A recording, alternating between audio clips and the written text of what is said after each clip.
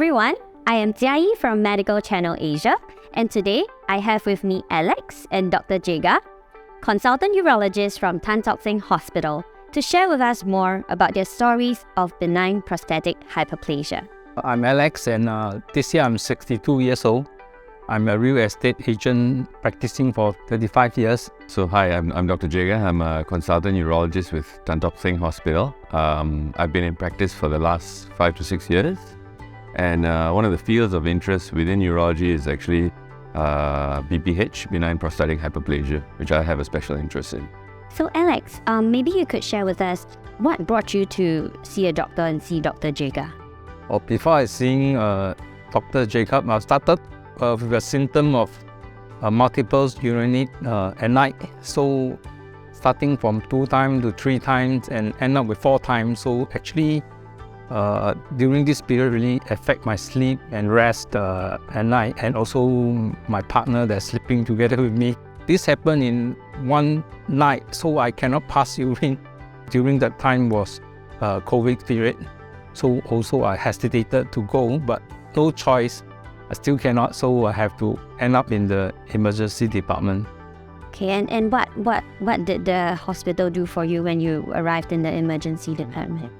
Straight away, the doctors put in a tube to clear off the urine. Then from there, do some blood tests and find that it's actually affected my kidney. So I have to put on a urine bag during that times to wait for further investigation. Does it affect your daily activities, your living, your work? Because you're carrying a urine bag running around, it's not easy. Everywhere you go, you have to make sure the bag is empty when you fill up and so on. So, Dr. Jega, how was Alex when he first came to see you? Okay, so Alex, the first time I saw him was actually a couple of months after he presented to the A&E. But at the point of time when Alex first presented to the A&E, he was one of the more, I would say, extreme cases of BPH, because when he came to us, he was in retention, he had a full bladder, he was in a bit of a discomfort because he couldn't empty the bladder.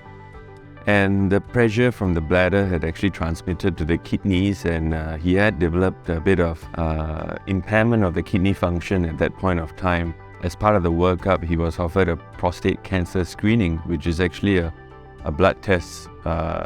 We call it PSA, it's called prostate specific antigen. And for Mr. Alex, it was actually raised. So there was a concern of prostate cancer for Mr. Alex as well.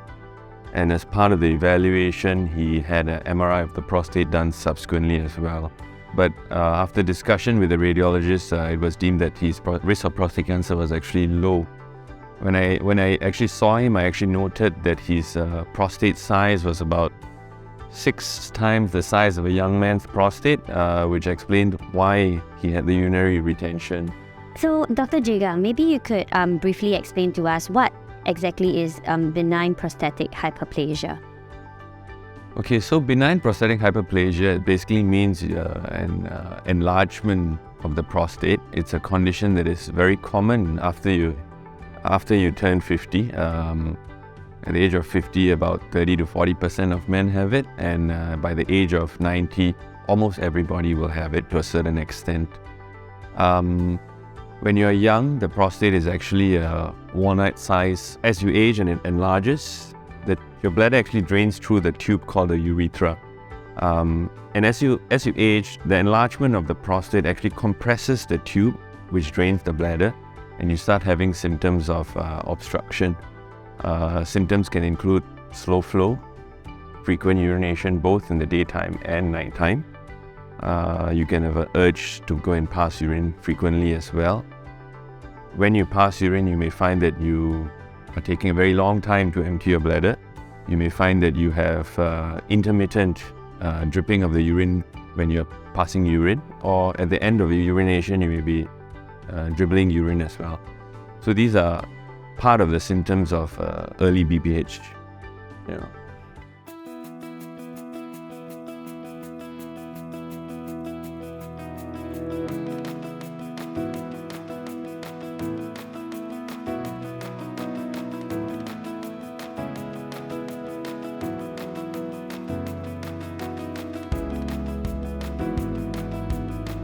So, Alex, how did you feel, or how has your life changed after you received treatment?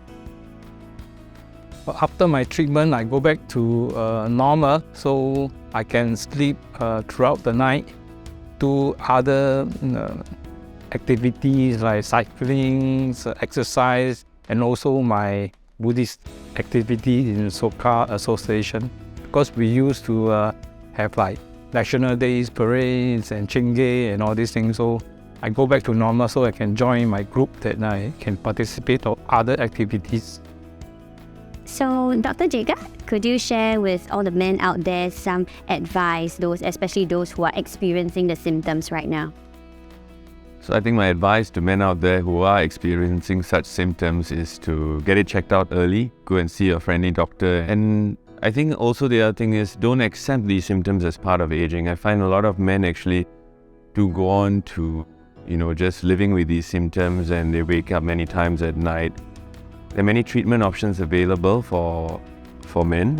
You can be on medications, you can have different kinds of surgeries and interventions for the prostate as well, which would greatly improve your quality of life as well. So get it checked out early. Thank you. Alex, how about yourself? Going through this whole journey of like having the symptoms for so long and then getting treated, now finally being able to do all the things you really want to do, right? Any advice for all the men out there having this symptom? My advice to all the men is go and see your doctors. If you have like myself, the night urinate many times per night. So this is the beginning of the symptoms. So not whether you have a prostate issue, but at least to find out what is the root of it. Yeah, okay. So to all the men out there, if you're having any of these symptoms, do not delay, seek medical advice.